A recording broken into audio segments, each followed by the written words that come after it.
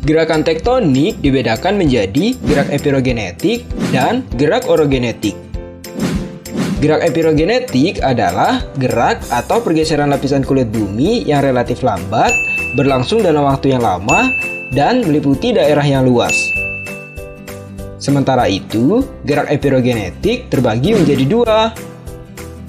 Epirogenetik positif, yaitu gerak turunnya daratan sehingga terlihat seakan permukaan air naik. Epirogenetik negatif, yaitu gerak naiknya daratan sehingga terlihat seakan permukaan air turun. Sementara itu, gerak orogenetik adalah gerakan yang relatif lebih cepat daripada gerak epirogenetik. Gerak orogenetik disebut juga sebagai gerak pembentuk pegunungan. Pada umumnya, bentuk hasil tektonisme berupa lipatan dan patahan. Lipatan disebabkan oleh tekanan yang bersifat horizontal, sehingga membuat lapisan kulit bumi menjadi berkerut atau terlipat. Sedangkan patahan disebabkan oleh tekanan yang bersifat horizontal atau vertikal yang menyebabkan kulit bumi menjadi retak atau patah.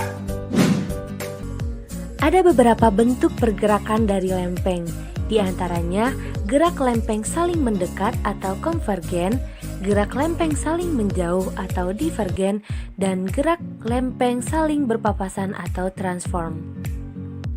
Dari setiap pergerakan lempeng ini, maka bentuk muka bumi yang dihasilkan akan berbeda-beda, baik itu dari konvergen, divergen, atau transform. Untuk itu, mari kita bahas satu persatu. Konvergensi atau sering disebut batas konvergen merupakan gerakan saling bertumbukan antara lempeng tektonik. Nah, sesuai dengan gambar yang kalian lihat sekarang nih, ada lempeng yang saling bertumbukan. Bisa kalian lihat dengan tanda panah yang saling berhadapan, di mana lempeng ini menuju titik yang sama. Adanya pergerakan lempeng yang saling mendekat ini akan membentuk beberapa fenomena. Di antaranya, pertama, lempeng samudra menghujam ke bawah lempeng benua dan sering disebut dengan zona penunjaman atau subduksi. Kedua, terbentuknya palung laut. Ketiga, pembekakan tepi lempeng benua yang akan membentuk deretan pergunungan. Dan keempat, terdapatnya aktivitas vulkanisme, intrusi, dan ekstrusi magma. Selain itu, terdapat beberapa bentukan muka bumi yang terjadi pada batas lempeng konvergen. Pertama, lempeng samudra bertemu dengan lempeng samudra. Yang terbentuk adalah rangkaian busur gunung api yang arahnya sejajar dengan arah palung. Contohnya, rangkaian gunung api di Kepulauan Filipina sampai ke Jepang, yaitu hasil tumbukan lempeng laut Filipina, lempeng Samudra Pasifik, dan lempeng Eurasia. Kedua, pada batas lempeng konvergen, yaitu tumbukan antara lempeng samudra dan lempeng benua. Nah, bentukan muka bumi yang dihasilkan dicirikan terdapat palung, prisma akresi, cekungan busur muka, busur kepulauan gunung api, dan cekungan belakang. Nah, selain di Amerika Selatan, contohnya juga terdapat di Kepulauan Indonesia, jalur pulau-pulau Sumatera, Jawa, Bali, Nusa Tenggara, dan Kepulauan Banda. Ketiga, pada batas lempeng konvergen, yaitu pertemuan antara lempeng benua dengan lempeng benua.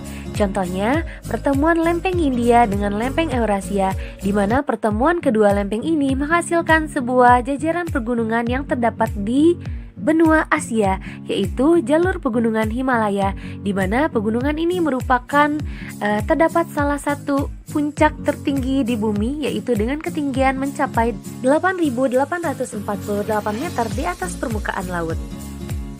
Pergerakan lempeng selanjutnya yaitu gerak divergen.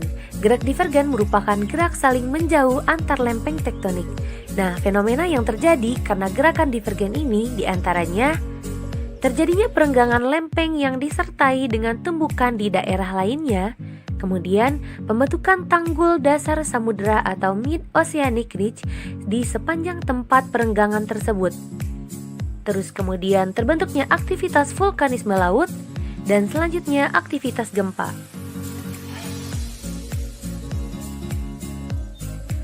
Contoh pergerakan lempeng divergen adalah pergerakan saling menjauh benua Amerika bagian selatan dengan lempeng benua Afrika yang mengakibatkan semakin lebar jarak antara kedua benua tersebut. Nah, sehingga terbentuk juga Mid-Oceanic Ridge di Samudra Atlantik atau yang biasa disebut dengan Mid-Atlantic Ridge. Contoh lainnya adalah terjadinya gerak lempeng saling menjauh antara benua Afrika dengan daratan Arab sehingga menyebabkan timbulnya laut baru yaitu Laut Merah. Gerak lempeng yang ketiga adalah sesar mendatar atau transform, yaitu gerakan saling bergesekan dengan berlawanan arah antara lempeng-lempeng tektonik. Salah satu hasil dari gerak sesar mendatar ini terbentuknya patahan San Andreas di Amerika Utara. Patahan ini terbentuk karena sesar mendatar antara lempeng Pasifik dengan lempeng Amerika Utara. Nah, ini membentuk patahan San Andreas sepanjang 1.300 km, di mana patahan ini ditemukan oleh Profesor Geologi Barclay Andrew pada tahun 1895. Nah, di Indonesia, khususnya Pulau Sumatera, juga terdapat hasil dari gerak sesar mendatar ini, yaitu antara lempeng Eurasia dengan lempeng Indo-Australia. Nah, di mana hal ini menyebabkan terbentuknya patahan Semangko yang membentang mulai dari Aceh sampai ke Teluk Semangko di Lampung. Nah, sesar inilah yang membentuk pegunungan barisan di sepanjang Pulau Sumatera. Jika kalian ingin melihat bentuk asli dari patahan ini, kalian bisa datang ke Ngarai Sianok di Bukit Tinggi. Di sini sangat terlihat jelas bentuk lembah dan pegunungan yang patah-patah akibat pergerakan lempeng atau sesar mendatar antara lempeng Indo-Australia dan lempeng Eurasia. Sekian untuk video kali ini, mohon maaf atas segala kekurangannya dan wassalamualaikum.